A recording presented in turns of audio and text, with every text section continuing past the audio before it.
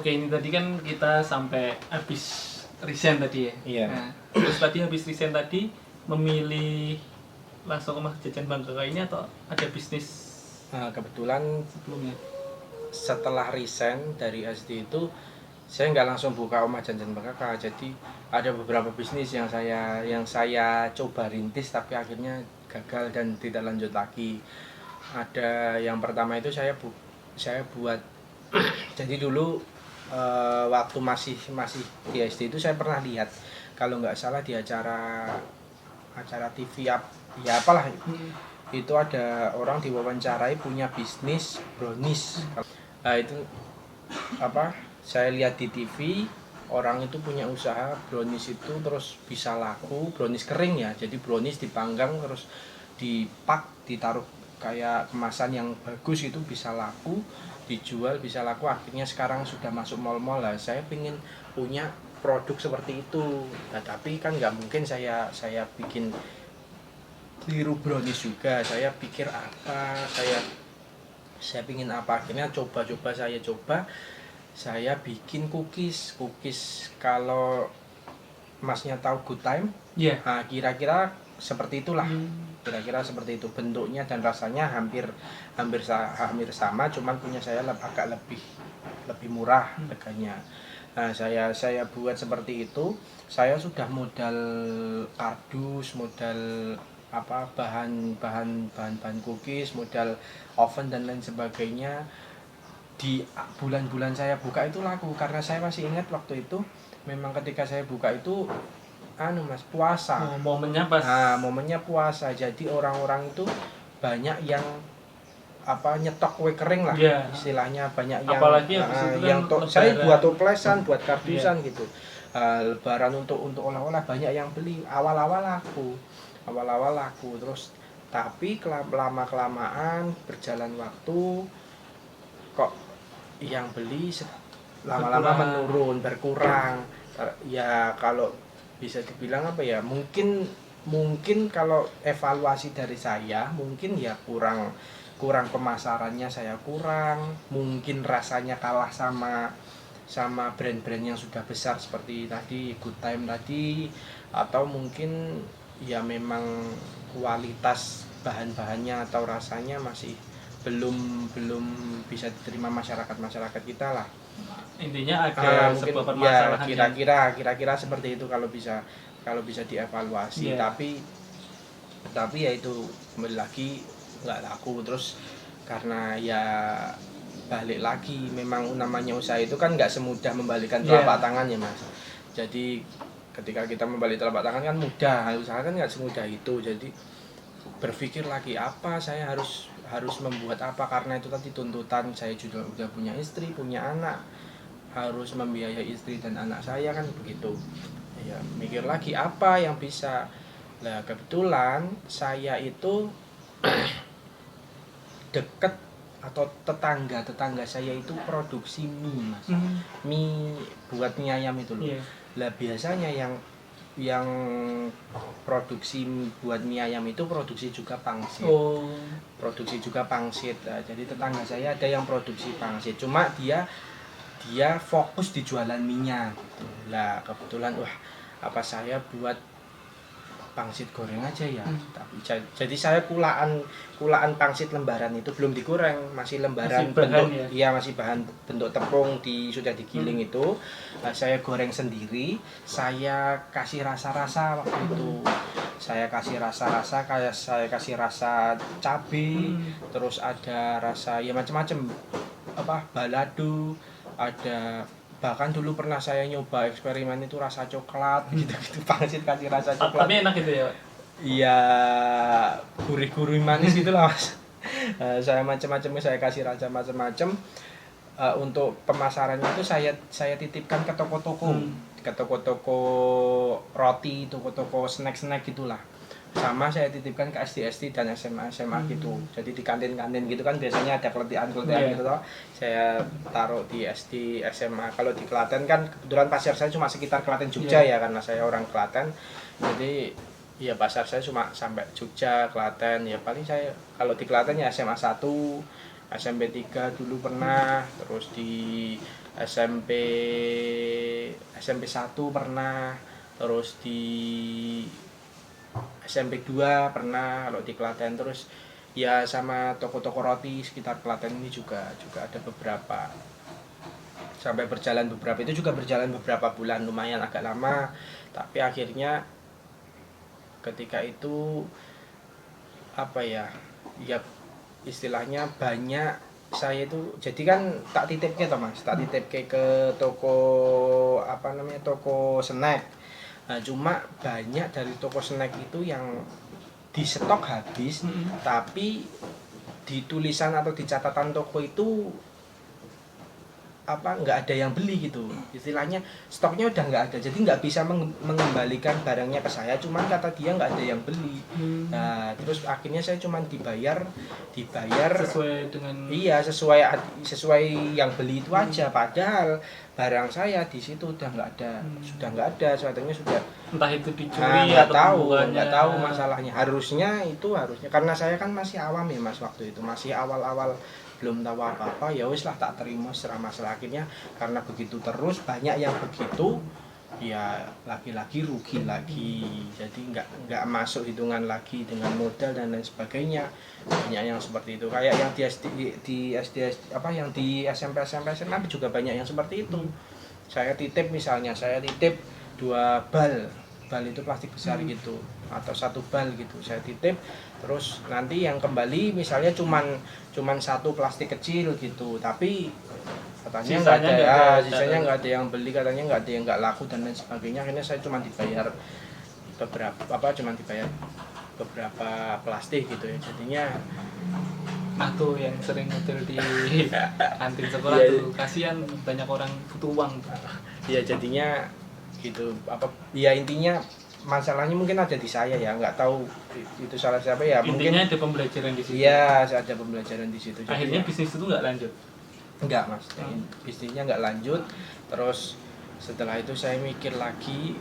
Nah, saya ingat dulu saya pernah di tahun 2013 itu saya pernah bikin warung mie ayam. Saya ingat waktu itu bikin warung mie ayam. Terus saya mikir saya pingin punya usaha itu kan. Kalau kemarin yang tadi itu kayak usaha cookies, usaha pangsit, itu kan bentuknya saya buat produk, saya jual, saya titip-titipkan. Lah saya cobalah, saya ini pengen punya usaha yang seperti mie ayam, punya ada outletnya gitu. Orang bisa datang, orang bisa makan di outlet itu. Nah, terus saya yang masak. Saya cuma pengen punya warung istilahnya gitu. Cuma waktu itu belum kepikiran menunya apa, seperti itu belum kepikiran. Nah, sampai suatu ketika tante saya itu kan dulu sebelum tahun-tahun 2016 itu punya kontrakan di pinggir jalan. Kebetulan di depan, kalau di pinggir jalan itu ada namanya trotoar. Nah, kebetulan di trotoarnya itu kosong. Terus tante saya nawarin, ini ada tempat kosong, ada orang yang mau nyewa angkringan. Nah, karena tante saya, daripada disewa orang, mau nggak jualan di situ, saya ditawarin gitu ya. Karena pada waktu itu ya uang masih belum apa maksudnya, usaha ya masih belum jalan, Panggondes belum jalan, terus cookies juga udah nggak jalan. Untuk menghemat anggaran akhirnya ya saya terima tawaran tante saya itu. Saya jual di trotoar. Kalau di Klaten itu namanya di Jalan Raja Wali. Pertama kali outlet saya itu saya jualan di situ, di pinggir jalan Raya Raja Wali. Udah dengan nama Omah Jajan Bang Kakak itu? Awalnya bukan Omah, karena bukan di Omah ya, di trotoar saya pakai gerobak. Awalnya namanya gerobak jajan Bang Kakak. Gerobak jajan Bang Kakak, menunya siomay, batagor, ada empek-empek. Kenapa saya milih siomay batagor? Karena yang belum banyak di Klaten itu Mas. Kalau saya pernah mikir apa geprekan, apa penyetan, apa sop, tapi sudah banyak di Klaten. Nah, saya ingin yang belum banyak di Klaten apa camilan-camilan seperti itu. Jadi ada siomay, ada empek-empek, dan ada batagor gitu. Jadi awal mula saya merintis Omah Jajan Mbak Kakak di situ, di Jalan Raja Wali itu. Dan akhirnya dari tahun berapa itu tadi? 2017 Tahun 2000 ya. itu anak saya itu udah 3 tahun yang lalu, berarti 2017. 2017 Sampai sekarang bisa konsisten, iya. bisa awal di situ di trotoar itu berjalan sampai setahun. Akhirnya itu juga harus pindah juga. Terus sekarang ya saya nyari tempat di mana di pinggir jalan yang ada, ternyata kok nggak ketemu. Akhirnya saya kebetulan punya rumah tapi agak masuk gang, ya apa di rumah aja lah gitu. Ya ini ya. Nah, akhirnya di sini, di rumah ini Di format seperti iya, saya buat kalau nggak apa-apa masuk gang, yang penting tempatnya menarik, lumayan agak nyaman gitulah. Lagian udah ada GoFood, GrabFood, iya, pemasarannya lebih. Iya, kebetulan GoFood dan GrabFood itu juga sangat-sangat membantu. Bisnis Omah Jajan Bang Kakak tadi udah menghasilkan profit yang sesuai dengan ekspektasi lah ya. Alhamdulillah sih Mas. Sebelum masa pandemi lumayan, tapi karena mungkin video ini diambil pas pandemi ya agak-agak berkurang gitu. Tapi sekarang ya udah lumayan balik lagi karena udah mau new normal. Oke, mantap sekali ya. Inspiratif sekali. Tapi ada keinginan satu saat untuk, mungkin pertanyaan terakhir ini, untuk membuka cabang atau apa? Pingin sih Mas, pingin. Ya sekarang baru proses. Yang pertama ngumpulin modal dulu, karena membuka cabang kan juga butuh modal ya.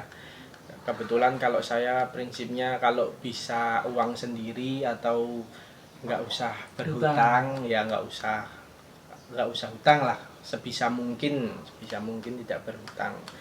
Maka dari itu ya dulu juga gitu, kenapa kok buka di sini, karena rata-rata yang dijual di pinggir jalan itu harganya mahal-mahal. Kalau misalnya pakai uang sendiri kurang, kalau berhutang saya kok masih belum berani lah istilahnya. Pengennya uang sendiri gitu, akhirnya ya di rumah sendiri gitu. Ya pengen sih Mas, nanti kalau misalnya udah ada modalnya, ada harga yang cocok mungkin di tempat lain atau di kota lain, mungkin bisa mengembangkan gitu. Oke, terima kasih ya Pak Fajar. Mungkin penutup buat teman-teman yang pengen merintis bisnis nih. Jadi dari cerita Pak Fajar tadi kan kita belajar bagaimana kita itu mampu mengolah sebuah kegagalan, atau ya kita nggak mengatakan kegagalan tapi pengalaman ya. Pengalaman ternyata suatu saat akan menemukan hasilnya juga, dan ya memang seperti itu. Dari mungkin ada penolakan, mungkin semacam ada kecurangan mungkin ya, tadi pas cerita di pangsi tadi, dan ya banyak tantangan tadi lah, akhirnya bisa sampai seperti ini. Mungkin orang lain melihat Pak Fajar, oh udah bisnisnya di Klaten udah bagus gini-gini, tapi ternyata di balik itu ada siklus panjang seperti itu. Ya sebenarnya sekarang pun kalau dibilang bagus banget ya belum juga Mas. Cuman ya bisa lah untuk menghidupi istri dan anak bisa. Cuman kalau dibilang sudah besar banget juga belum. Saya juga masih merintis, saya juga masih belajar sampai sekarang bagaimana. Bahkan kadang menu-menu di sini juga masih berubah-ubah. Nggak tetap. Dulu saya di sini juga buka ada menu mie ayam, bertahan beberapa bulan juga kurang laku, terus saya ganti lagi. Sekarang yang paling baru ada dimsum. Kemarin ada nasi goreng, tapi nasi goreng juga kurang laku di tempat saya ganti. Ya masih banyak inovasi, masih banyak belajar, apalagi yang mau ditambah, apalagi yang harus dikurangi gitu. Jadi ya yang namanya usaha sih gitu Mas, segalanya itu terus harus berputar lah. Yang namanya kalau misalnya menjadi karyawan, misalnya ikut orang kan terserah bosnya, ya mikirkan bosnya. Kalau usaha kan kita harus berpikir terus Mas, harus belajar terus bagaimana